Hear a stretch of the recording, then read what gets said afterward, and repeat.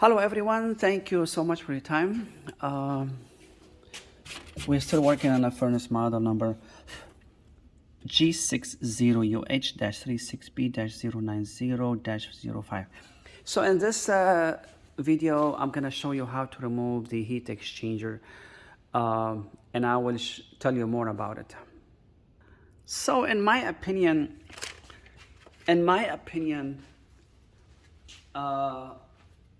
I believe, again, a lot of contractors maybe will not like this idea, but I believe furnace, I'm gonna sound crazy, the furnace, honestly, maybe you will not have to replace the furnace even for 50 years. Because everything you see here is replaceable. So the only thing you don't have to replace is the cabinet. Now again, very, very rarely you're gonna see a technician that is gonna tell you, hey, I can replace the heat exchanger for you. You know, I did it first when I was new, and I did it. It wasn't something I do it all the time, but I did it for like landlords. They wanna save money. And believe it or not, 99% of cases, the heat exchanger will be given to you free from the manufacturer. Usually they have a minimum 20 years warranty, and a lot of them have a lifetime warranty. Now, removing heat exchanger is doable, and I did it for my friends, for people who are living like from paycheck to paycheck, or people who are financially, unable to install a new furnace. But the biggest problem with the heat exchanger, not because only the big contractors, they want to replace your furnace and make good money. Again, good for them, God bless them. It's because a lot of time when you order that heat exchanger, depends on the manufacturer, depends on the model number. Sometimes they don't have that heat exchanger complete. It comes in pieces like this. For example, this panel here can be sold separately.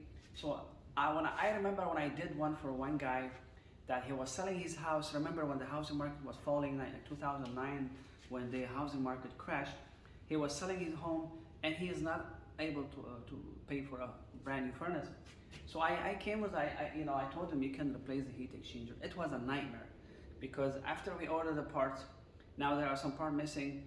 And remember, heat exchanger is not always available in every warehouse. Usually in most cases, they have to ship it from different state. So we have to wait for more panels. It was freezing, he was freezing. So anyway, the idea is everything is replaceable, and believe it or not, I do the service for the heat exchanger replacement, but again, it all depends on the model number. So I'm gonna show you how you can remove the heat exchanger, and I'll show you exactly how it is and what it is.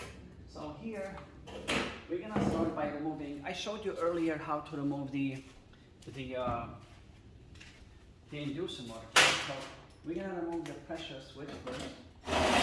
Again, I'm scrapping this, so it's not gonna be something I care about. All these parts you see. Remember, I used to have the control board here, transformer, the gas valve, the burners, and the blower compartment, which I had a video earlier how to remove it. So now I'm gonna remove the draft motor, and I will show you how the whole thing can come apart.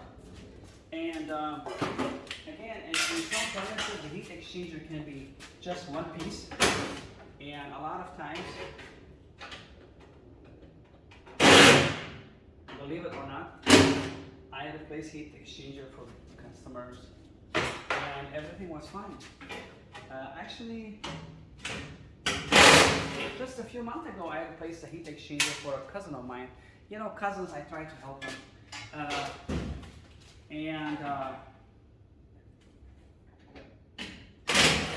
Luckily they have almost everything, but we have to make a few trips here and there, because we were missing a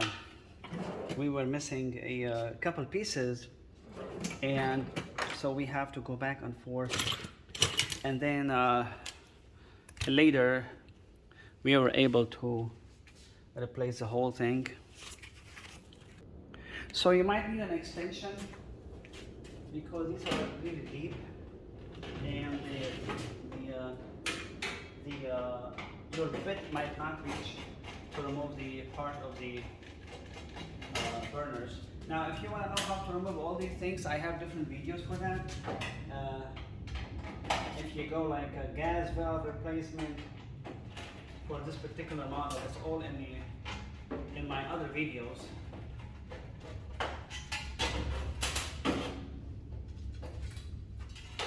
Okay, so now we are ready to remove the. Thanks for patience. Sorry, I'm a new YouTuber, and I appreciate your patience. Again, I'm learning. On top of that, I don't have English. Sometimes I'm looking for words. I will show you later where the main limit that's supposed to be sensing the temperature of the heat exchanger. And this limit basically makes sure the temperature is not going very high. By the way, this is how you replace it. 2 screws, take it out. Now remember, if you take it out, make sure you remember how it goes. Sometimes the manufacturer will make the screws in a certain way you cannot go wrong with it. If you do it this way, it's not going to fit.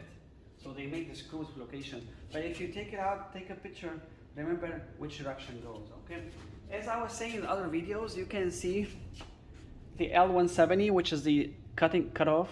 If temperature goes higher, it's gonna shut the system off, and immediately the blower will come on to cool it down. And then when you minus 30 from 170, you get 140. So when it goes to 140, it's gonna kick back. Okay, so we're gonna remove this top cover, which is small pieces. This has to go in order for you to, to remove the heat exchanger. So in this, again, I'm not doing this video just because I'm encouraging you to change the heat exchanger. I'm just doing it so you know how it works, as also how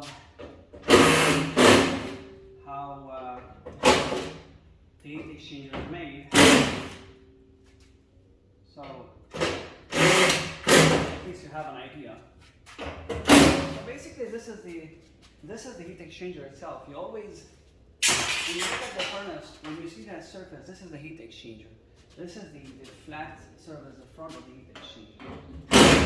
Okay, so now the heat exchanger is almost ready to go, but sometimes you're gonna see some screws in the back. So we're gonna remove these screws. You can't see them. Actually, this one, I don't think it has screws in the back. Let me see.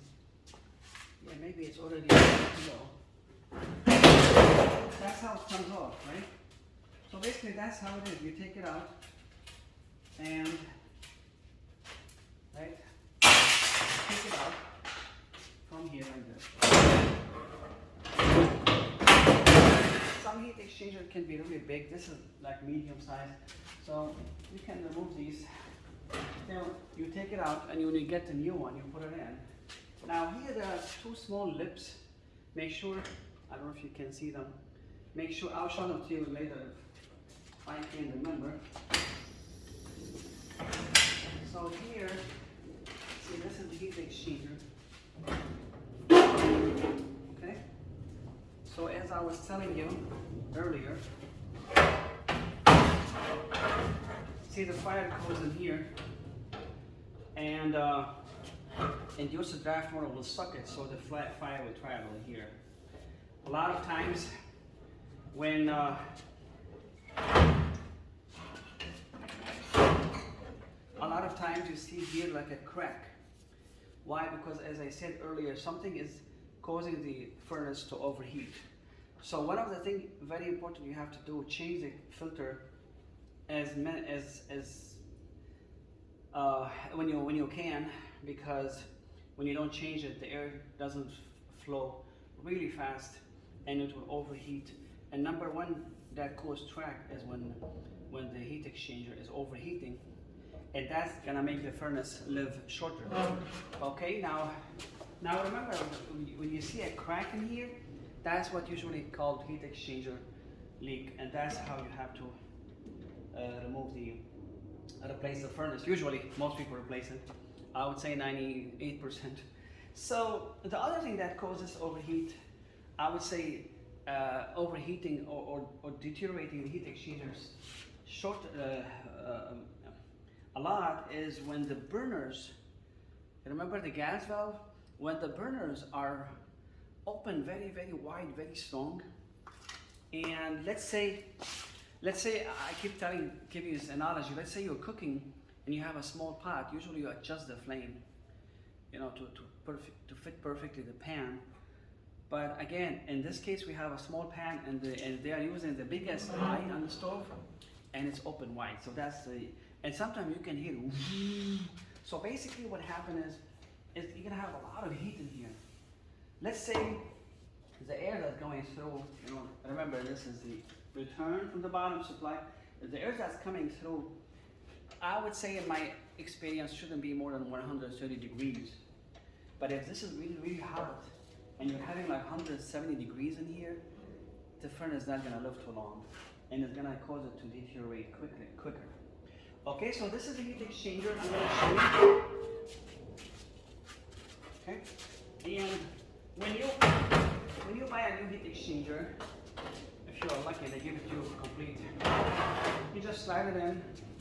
As I was saying, there are some lips in here. They go into these spots.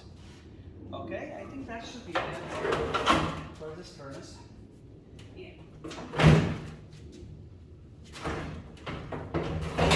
The most important thing that a lot of technicians don't know, with all my respect for them, maybe they don't know, maybe they know, but they don't want to do it. I don't know. The most important thing, tell them, hey, can you make sure that our air is coming from my supply is not crazy like 160. There's no reason for you to have it more than, I would say 130, because I mean, imagine you want to heat the house maximum 75 or 80. So 130 is already 60 degrees or 50 degrees higher than what you want. So, and it's always better to take a little bit longer when you're heating the house, you know, rather than have like a hot air heating one spot more than the other one.